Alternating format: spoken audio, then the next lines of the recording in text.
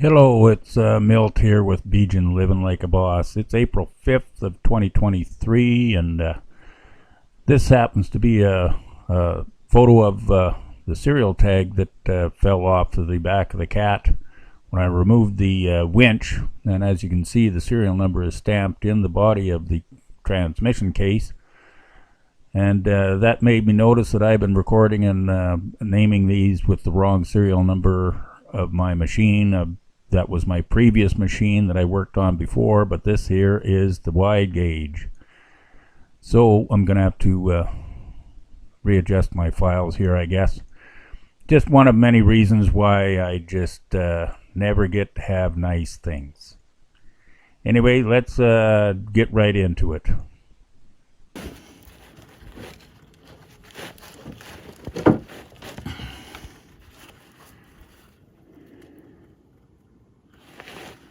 Well, it looks like we're not going to get that out of there. To avoid an incident like yesterday, I'm going to pull the bungs on the final drives and the ones directly above that drain the steering clutch cavities.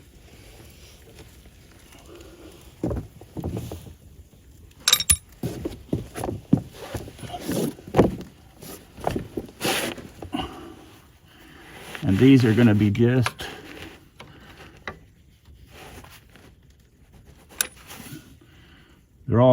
these ones are rounded off, so the old infamous pipe wrench might come into play here. Top one here.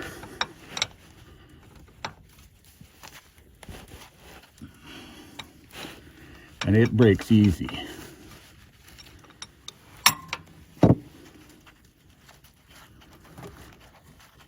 There shouldn't be any fluid in here, but I've been wrong before. Oh, there's a little bit, a couple of drips.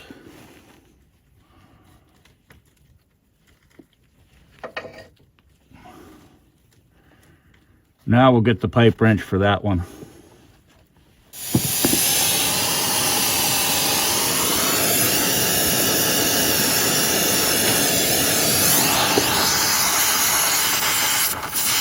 We're going to try just heating this up, and then I'm going to hit it with a hammer and then try to back it off. There's oil behind.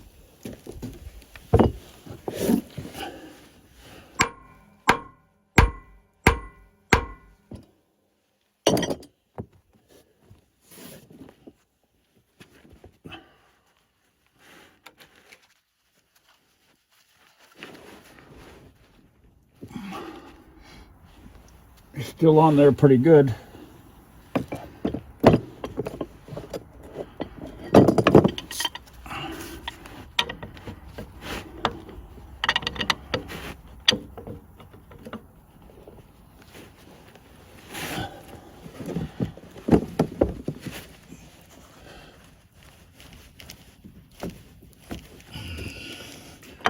No, that's just going to tear the bung apart. I got a pipe wrench on this bung and it seemed to move, but I can't really adjust the pipe wrench, but I got a 15/16 on it.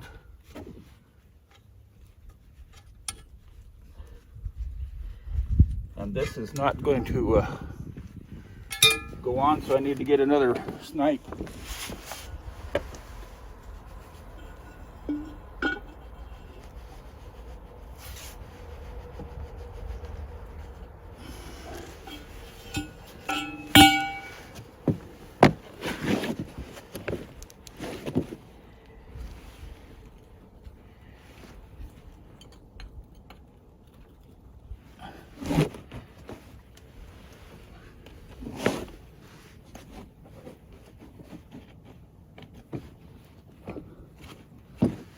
Well, we got her to turn.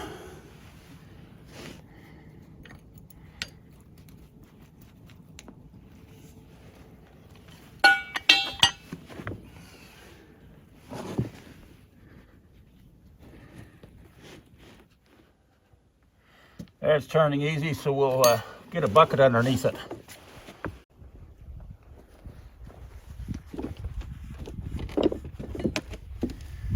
I'm going to loosen that other It's got a hex drive in it, but this is the best I come up with, the proper size bolt with a pipe wrench. Where there's a will, there's a way.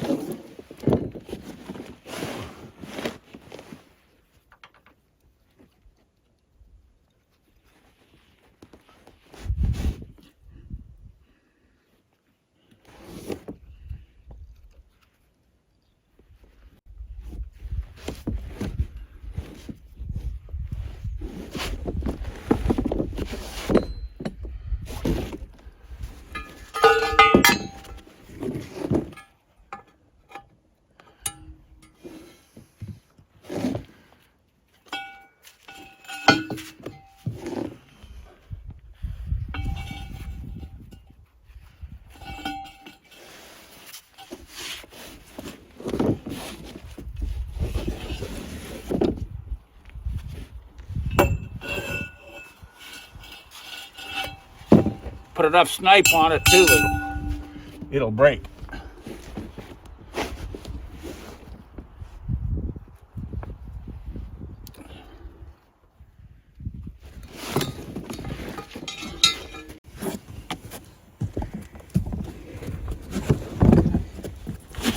This bung had a hex drive in it, not a square drive.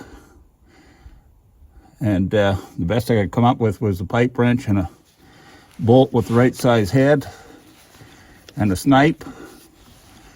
So it's coming out of there.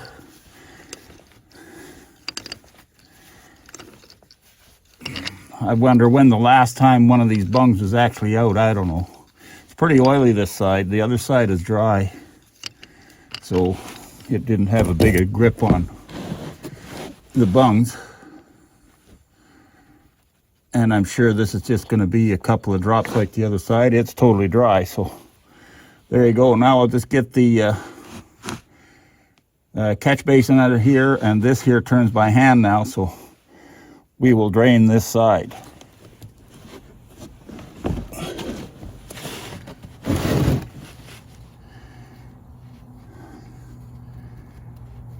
Maybe it's even dry, I don't know, but it'll probably be pretty interesting, gooey, crappy, dirty stuff. Like that. Just like that. Well, here we are. I tried again to get that bung off this left side of this final drive, but I ended up, I just took all the bolts out of that lower cover. I left this one hanging in the corner, had a bucket underneath there, and slapped her with a hammer, and out it gushed, and that's what was in there. It looks pretty nasty. But we'll let her drip and drain for a bit, and then we'll continue on the top side here. This is a shot of the inside of that bottom cover I took off. It looks pretty clean. There's no sludge in there, and it's just a view of the bung from the inside. I think I should be able to get that bung out of there eventually without any damage to the cover.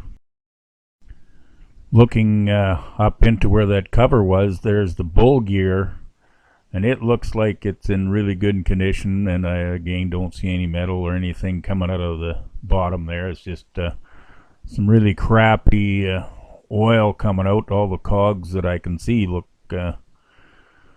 really good shape. Well, hopefully the camera can pick up what I'm doing here. I'm just reaching in, and I'm going to pull this split key or cotter pin, whichever you like to name it, out of there, and hopefully we can, yeah, the pin is coming out.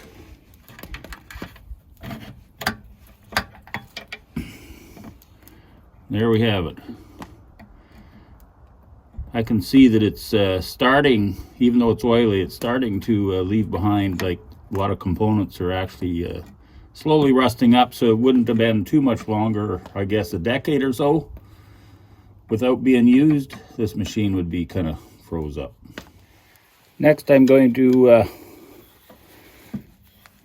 just remove these 4 bolts. There's 4 bolts on either band on either side. I'm just going to remove them, and we should be able to remove the top part of the brake band. After that, we might have to go underneath and just relax the set bolt there that adjusts the distance of the band from the drum in the relaxed position, like without the brake. There's an adjustment down there.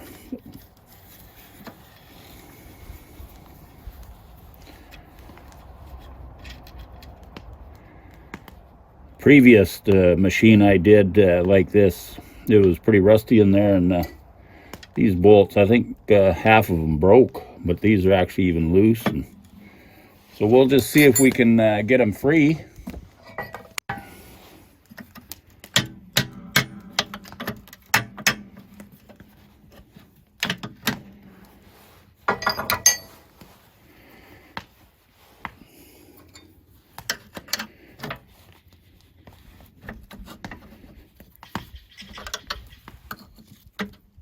There's the top section. By the feel of it, I'll have to go underneath and relax the adjusting bolt, and that should just lay down against the casing here. I got these little, what do you call them, zip ties, and I just tighten them up there. They're against the casing, both sides. I did the other one. So this side, when we get these bolts, should be able to put some straps on these drums and just pick them right up, and it should miss these brake bands, and they can just lay right in there. Also, I got these adjusting bolts backed off the bottom of the rear end case, final drive case, that adjusts those brake bands up there. Man, oh man, if I haven't backed it off a darn mile, it's for sure a damn kilometer. You know, there's a lot of bolt going up in there. But anyway, we got the job done.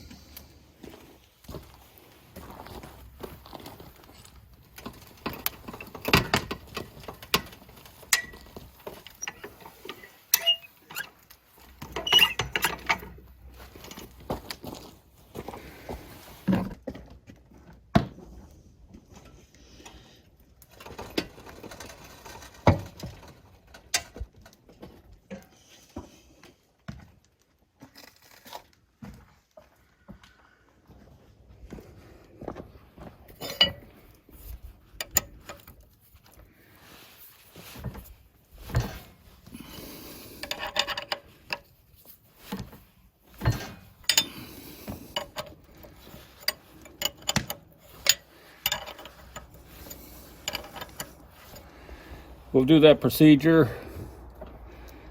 I don't know how many times, 3 or 4 times. We're going to get 2 bolts on each side at a time. Jack the tracks back for the jack all. Take off the next 2 bolts, so on until we get them all out. Okay, we got all those flange bolts out. Both sides, didn't take too long. 3 or 4 jackings backwards, and got 2 bolts at a time. We'll just confirm.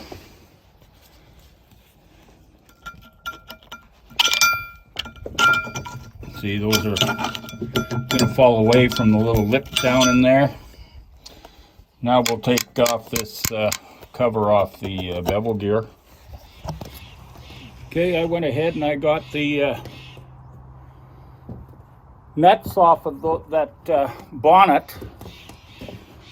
All four nuts and flat washers. Now I can see there's a lot of silicone even throughout where these bolts poke through, especially on this one. I can see a lot of white from the previous do-it-yourself or home mechanic, I guess. So it's going to be a little tough prying it up there, but I've got a plan. I'm going to put this lumber in here and put my bar in against it there and pull down on the other end, and hopefully it'll pop up. Oh, Will it come up really nice? Surprising. We'll go ahead and do the another one on this side.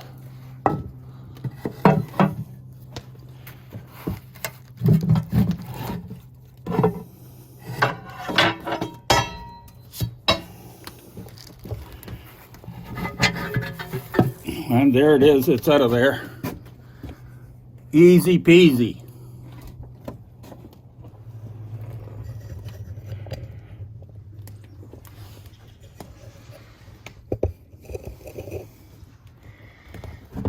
Yeah, I can see there's a lot of silicone. It didn't hold us back though. Anyway, what we got inside here is another nice clean looking chamber. Boy, it's nicely painted yet, and those bearing retainers, flanges are nicely painted. Of course, the fold over locks are pretty bad shape. But anyway, what I'm going to do is I'm just going to remove those bearing caps. I'm going to leave these in this spot, and I'll mark the cog on either one of those nuts there, those adjusting nuts. They set the backlash on the crown and pinion. Our crown and pinion looks pretty good. You can see that there's some wear on it, but looks pretty good for 80 years old.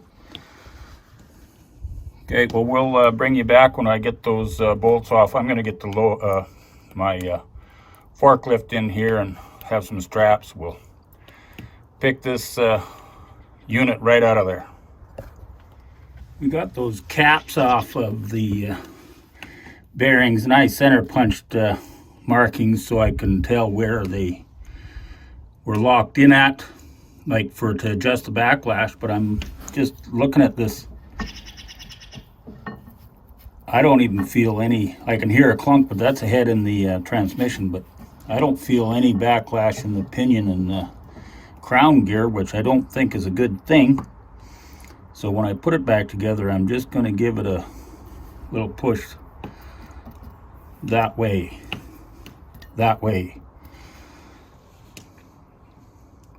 You know, a couple thousandths of backlash is, I think, a good thing.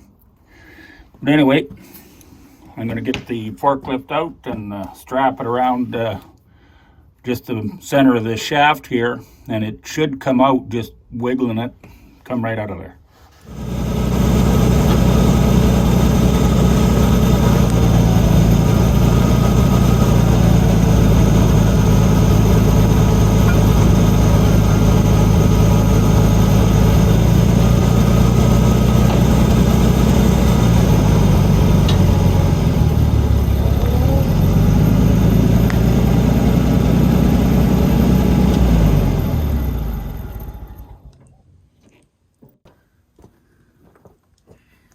Well, there, it's out of there.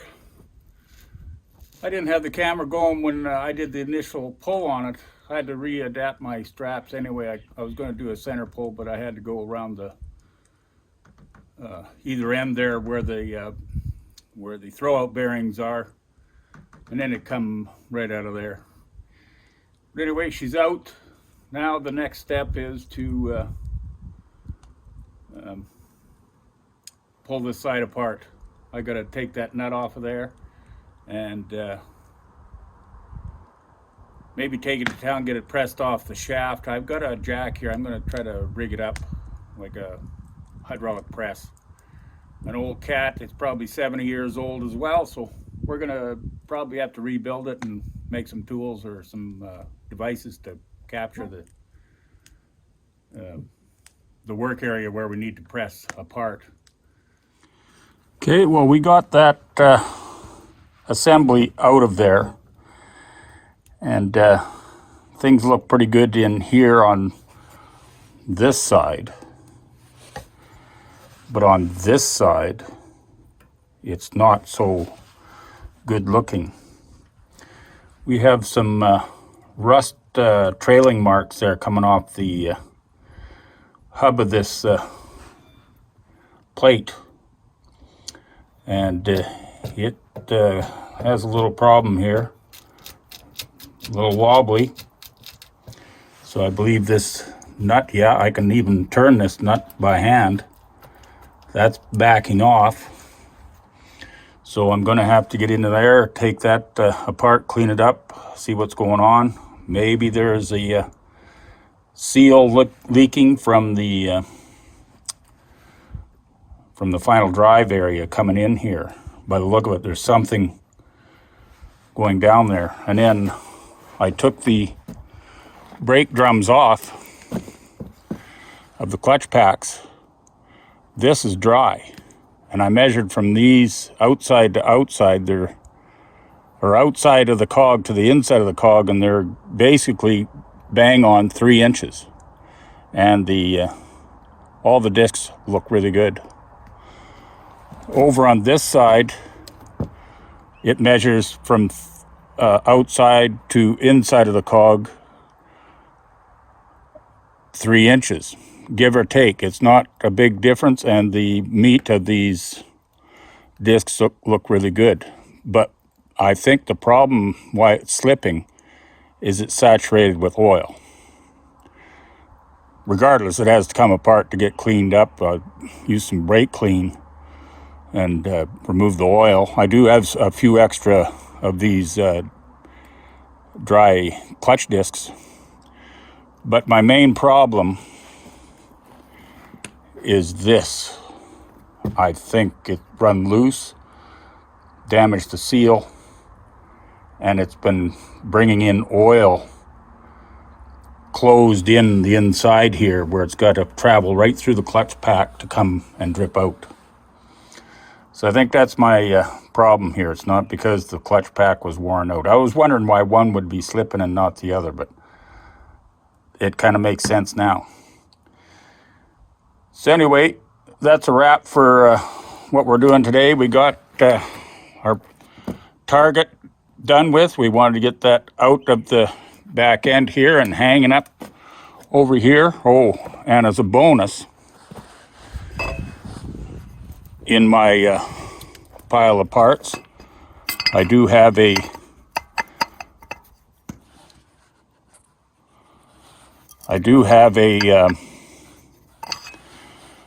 socket that fits that nut.